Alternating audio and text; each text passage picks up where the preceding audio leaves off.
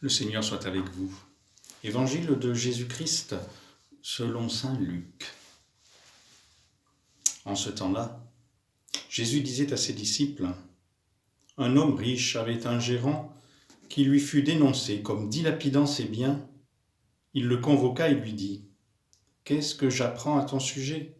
Rends-moi les comptes de ta gestion, car tu ne peux plus être mon gérant. » Le gérant se dit en lui-même : « Que vais-je faire puisque mon maître me retire la gestion ? Travailler la terre ? Je n'en ai pas la force. Mendier ? J'aurai honte.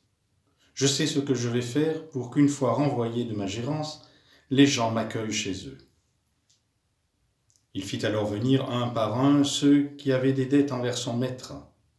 Il demanda au premier : « Combien dois-tu à mon maître ? » Il répondit : « 100 barils d'huile. » Le gérant lui dit : « Voici ton reçu, vite, assieds-toi et écris 50. » Puis il demanda à un autre : « Et toi, combien dois-tu ? » Il répondit : « 100 sacs de blé. » Le gérant lui dit : « Voici ton reçu, écris 80. » Le maître fit l'éloge de ce gérant malhonnête, car il avait agi avec habileté.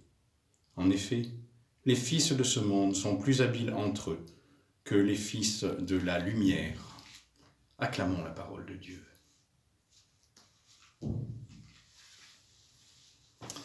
Voilà, ce matin, une parabole qui peut mettre mal à l'aise. On voit un homme retors, magouilleur, recevoir des compliments de son maître. Mais attention, ce n'est pas Jésus qui le félicite, c'est son patron. Jésus, lui, ne mâche pas ses mots, c'est un gérant malhonnête. Et Jésus n'entend pas encourager les escrocs.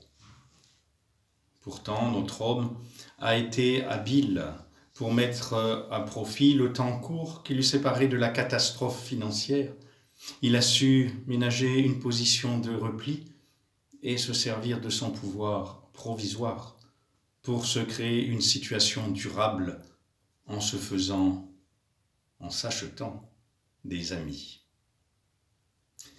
Ainsi, Jésus explique que les fils des ténèbres, qui sentent venir le jugement et la réprobation, sont capables de se concerter et pour trouver des solutions astucieuses, alors que les fils de la lumière, eux, ne comprennent pas l'imminence du royaume.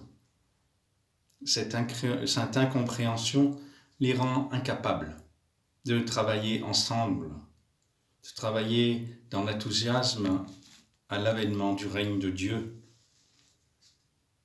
Alors, faudrait-il que notre amour chrétien soit moins réaliste que les forces de refus qui traversent notre monde ?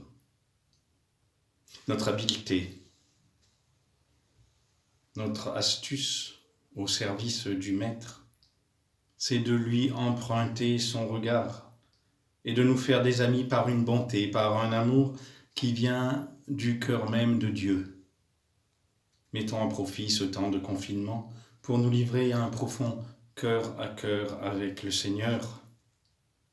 Oui, frères et sœurs, l'Eucharistie nous manque. Oui, la communauté nous manque. Mais Dieu est là, lui, qui nous attend. Amen.